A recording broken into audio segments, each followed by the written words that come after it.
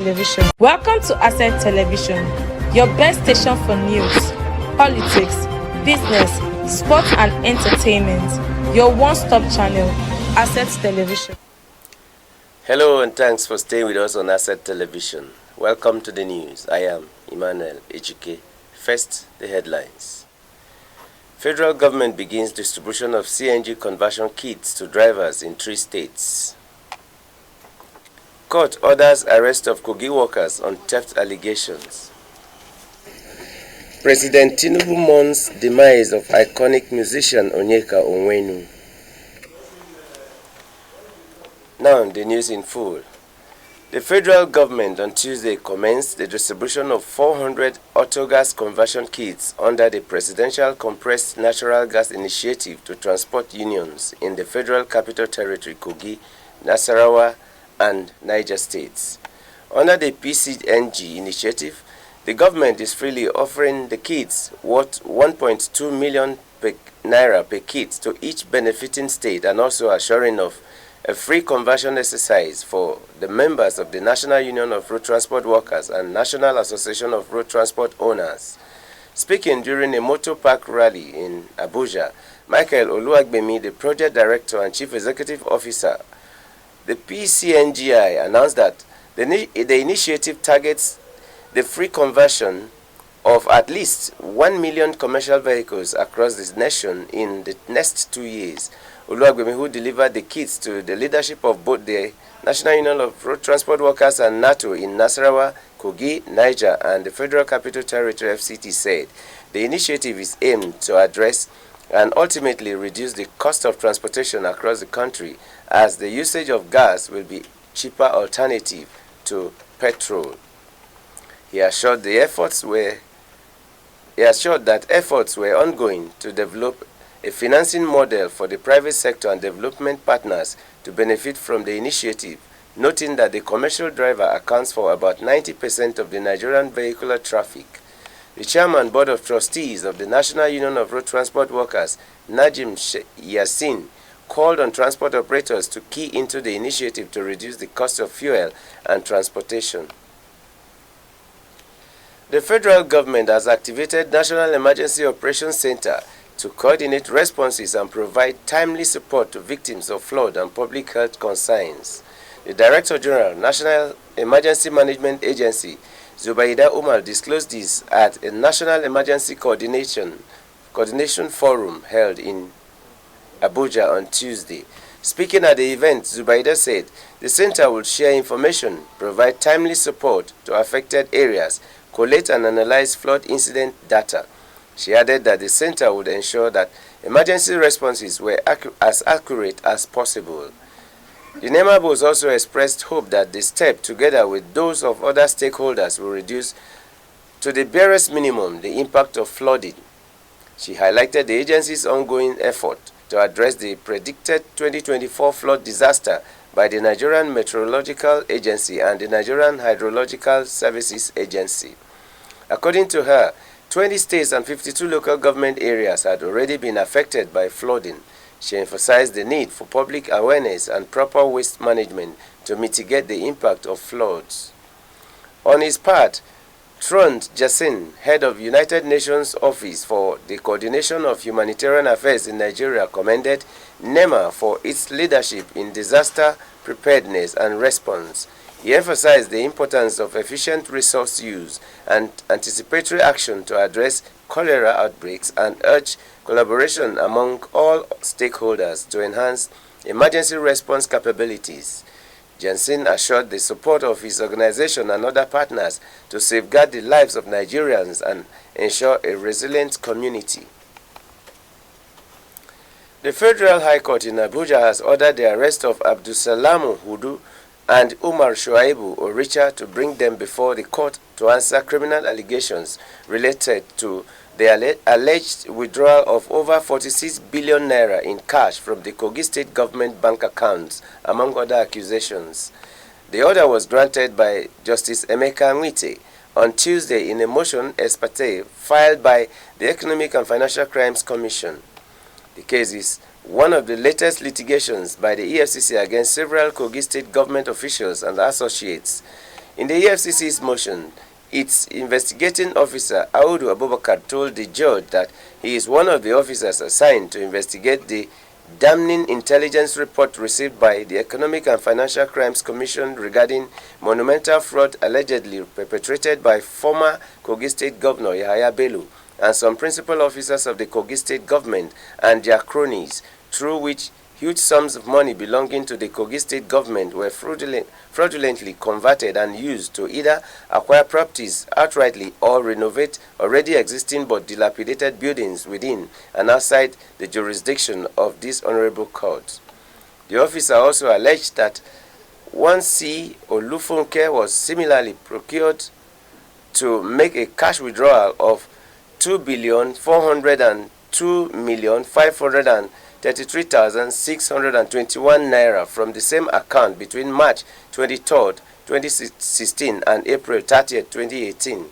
He continued that in a desperate bid to integrate the funds into the economy as legitimate, Murtala Maigari and his associates were allegedly procured to keep in their custody large sums of cash out of the funds allegedly withdrawn by Abdusalam Hudu and his cronies from the Kogi State government treasury. He stated that apart from Abdusalam Hudu, Dauda Suleiman was also allegedly procured as a principal member of the syndicate specialized in conveying Kogi State government funds to the care and custody of Murtala Maigari associates. The investigator informed the judge that some of the individuals mentioned in the motion are currently facing trial for alleged money laundering offenses. The EFCC urged the court to approve their arrest so they could appear and defend their allegations. Ruling on the motion on Tuesday, Justice Nwite granted the EFCC's request for an arrest warrant. The Alamin Foundation for Peace and Development, a community-based NGO in Borno State, has de-radicalized 90 women and girls involved in insurgency in the state. The executive director of the foundation, Hadia Hamsatu Alamin, made this known at the third batch graduation of 30 women and girls at the ceremony in Maiduguri on Tuesday. Alamin said the women were part of the 800 women involved in the Maiduguri Metropolis and Jere local government areas under its program tagged Community-Based De-Radicalization of Women and Girls in Borno. According to Alamin, the de-radicalized women had helped in bringing out about 190 of their relatives involved in the insurgency out of the bush to surrender. She lauded the Borno government for introducing the Borno model that provided room for repentant insurgents to continue to surrender. While noting that there is a lot of work to be done, Alamin called for support and collaboration with the state government and other stakeholders in taking the message of peace and reconciliation to all parts of the state. In his message at the occasion, the theater commander, Operation Haidan Kai, Major General Waider Shoaibu, also appreciated the efforts of the foundation and assured it of collaboration with the military. Shoaibu noted that the latest operations by the military had led to the rescue of over 500 women and children. If you're just joining us, you're watching the news on Asset Television. We'll be back after this short break. Welcome to Asset Television, your best station for news, politics, business, sports and entertainment. Your one-stop channel, Asset Television. Welcome back. The Nigerian music industry and the nation as a whole are in mourning following the tragic death of a legendary singer and songwriter, Onyeka Onwenu. The singer, songwriter, actress, broadcaster, social commentator, and politician passed away on Tuesday, July 31st, 2024, after collapsing following a performance at the birthday celebration of the managing director of Enzo Pharmaceuticals, Stella Okoli, in the heart of Victoria Island, Lagos. Sadly, despite immediate efforts to rush her to the Redenting Hospital, she was pronounced dead upon arrival.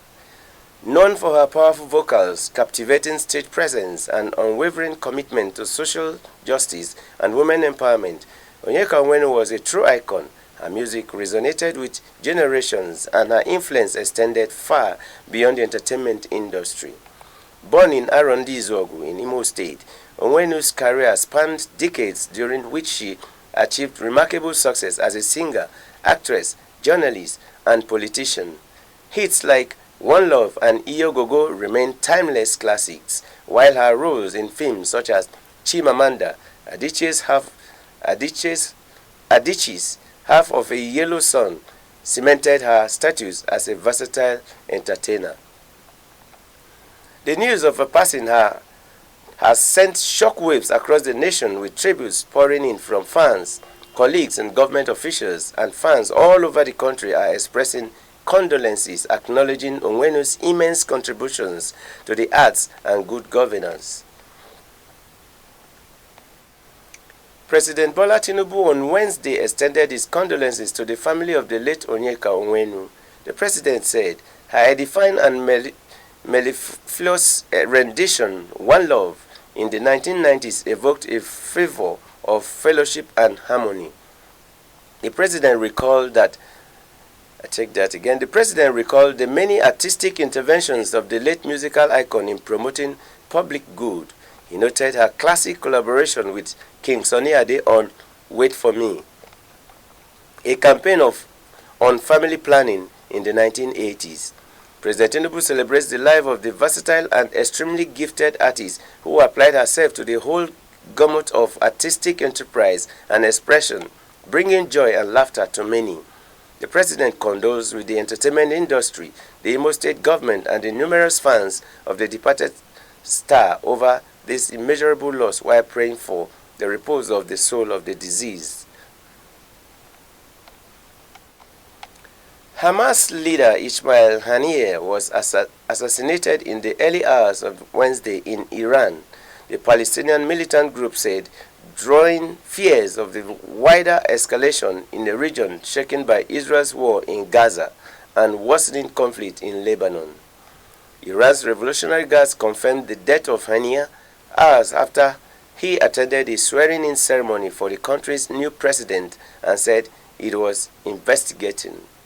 The news, which came less than 24 hours after Israel claimed to have killed the Hezbollah commander it said was behind a deadly strike in the Israeli-occupied Golan Heights, appears to set back chances of any imminent ceasefire agreement in Gaza. This assassination by Israeli occupation of Haniyeh is a grave escalation that aims to bring the will of Hamas, the Palestinian Islamist group that ruled Gaza, will continue the path it was following, saying, "We are confident of victory." Iran's top security body is expected to meet to decide strategy in reaction to the death of Haniyeh, a close ally of Tehran, said a source with knowledge of the meeting. Haniyeh, normally based in Qatar, has been the face of the Palestinian group's international diplomacy as the war set off by Hamas-led attack on Israel on October 7, 2024, has raged in Gaza, where 3 of his sons were killed in an Israeli airstrike. The International Criminal Court prosecutor's office requested an arrest warrant for him over alleged war crime. At the same time, it issued a similar request against Israeli Prime Minister Benjamin Netanyahu. Iran has condemned the deadly attack on the political chief of the Palestinian Islamist Hamas movement in Tehran. The pure blood of the holy and honorable warrior Ismail Haniyeh has undoubtedly not been shed in vain, Foreign Ministry spokesman Nasser Kanani said in a press statement. The attack on Haniyeh would also further strengthen the relationship between the Palestinian Resistance Front and Iran, according to the spokesman. 2 of the right-wing nationalist Israeli ministers have expressed satisfaction at the death of the top Hamas leader Ismail Haniyeh. Minister of Heritage of Israel Amichai Eliyahu wrote on Platform X, Haniyeh's death makes the world a little better. Diaspora Affairs Minister Amichai Chikli posted a picture of Haniyeh at an assembly where the death of Israel, where there were initially no official statements from the Israeli government or military regarding Haniyeh's killing in an attack on his estate in Tehran. Hamas has blamed Israel for the attack. And that is the news. I am Emmanuel Ejike. Keep watching Asset Television for more interesting programs. Also, like and follow all our social media handles. Welcome to Asset Television, your best station for news, politics, business, sports and entertainment. Your one-stop channel, Asset Television. Welcome to Asset Television.